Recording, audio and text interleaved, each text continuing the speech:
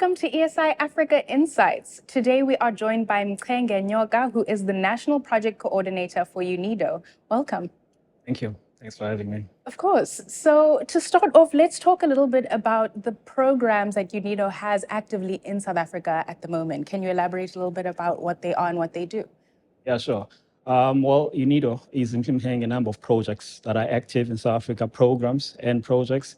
Just to give you a bit of an idea of what we're doing, I'm going to start off with one project focusing on, it's called the South African Industry Adaptation Project, which is funded by the government of Flanders. In this project, we aim to accelerate the transition to a decarbonized economy by strengthening the climate change adaptation capacity of the agro-processing sector. So with this approach, we are looking at addressing climate change adaptation using the water and energy nexus approach to enhance climate resilience. There's a number of initiatives that we are undertaking, looking at pilots, supporting innovation, and establishment of partnerships to scale up the work. Also, we recently just launched another project focusing on sustainable energy systems in industrial parks. It's being implemented by UNIDO, executed by the National Clean Up Production Center in South Africa. In this project, the aim is to decarbonize industrial spaces in South Africa through the adoption of sustainable energy systems, looking at both the supply side and energy and the demand side initiatives. It's a program that is a project that is funded by the Global Environment Facility. And there's a number of programs that also are currently active at a global level, but we also have intervention in South Africa. I mean, the case in point is the Global Clean Tech Innovation Program, which promotes entrepreneurship and innovation to transition, basically, or to respond to environmental challenges and climate challenges.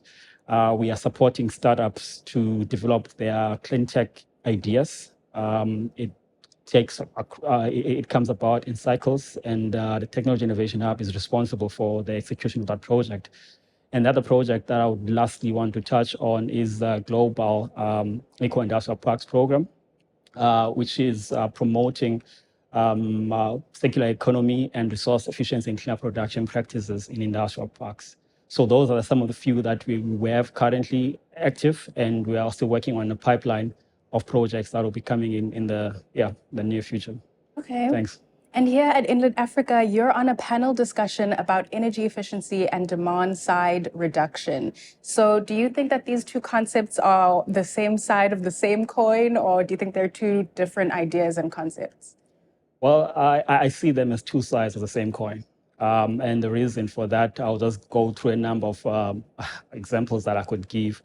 Well, number one, they've got a shared goal in that they both aim to reduce energy consumption, and they both aim to utilize or optimize utilization of available energy resources, right? And then energy efficiency looks at using less energy to achieve the same level of output, whereas demand side response looks at using price signals or incentives to encourage customers to basically adjust their energy consumption.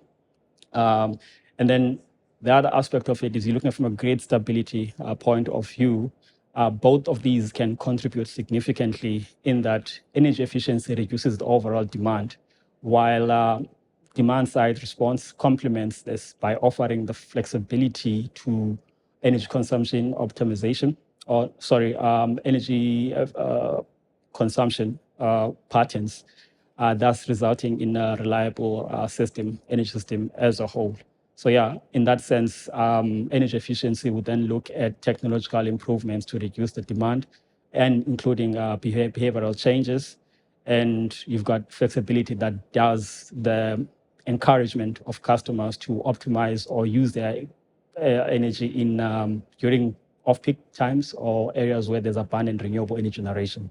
So yeah, I would say the two sides of the same two sides of the same coin, and also when they're used together, they can actually benefit the whole system as a whole from an environmental sustainability point of view, and also from an efficiency point of view. Okay. Yeah. And then let's talk a little bit more about the Africa Energy Efficiency Program. So this program specifically hopes to reduce energy consumption and greenhouse gas emissions. How do you think this program is helping energy efficiency across Africa? And specifically, how do you think UNIDO is helping to enhance energy efficiency across the continent? Okay. Now, I'll start off with the work that UNIDO is doing to contribute to the goal of the Africa Energy Efficiency Program.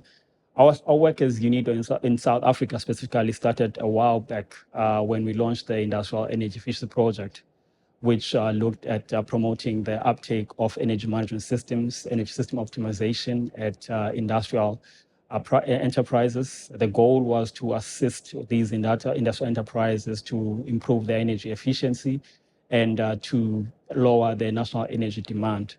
And building on that work, we started looking at industrial parks through the global through the Global Environment Facility funded project that I mentioned earlier, where we are looking at both supply and demand. On the demand side, we're looking at energy efficiency measures that can be implemented at a park level in order to basically optimize the whole ecosystem of an industrial park.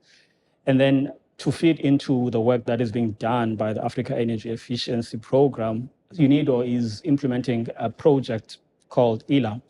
It's the Energy Efficient Lighting Appliance Project, which is being implemented in the Eastern African region and the Southern African region. About 21 countries benefit from this project. The objective of this project is to support the development of vibrant markets for energy efficient lighting and appliances. So with this comes a broad range of activities that are being implemented in about 4 key areas. One is looking at supporting the development of regional frameworks and to support the harmonization of minimum energy performance specifications for specific products, including lighting. And then the other initiative or activity that we take countries through is the establishment of market incentives to allow, to promote the adoption of these energy efficient lighting and appliances. And we also look at enhancing the capacities of governments from a testing capability point of view. And we also host webinars and workshops and trainings for policymakers so that they can be aware of the work or the potential that lies within energy efficient lighting and appliances. And lastly, energy efficiency awareness has been found to be a key enabler for the adoption of these solutions. So for that, we do have a lot of energy efficiency awareness raising initiatives focusing on energy efficient lighting and appliances, targeting policymakers, industry players, and even consumers. So that's how we contribute to the overall objective of the Africa Energy Efficiency Program. Yeah. Great. Well, thank you so much, Mchenge, for joining us in studio today and sharing a little bit about what you do at UNIDO. All right. Thank you. And to our viewers, this has been ESI Africa Insights. Thank you for watching and have a powerful day.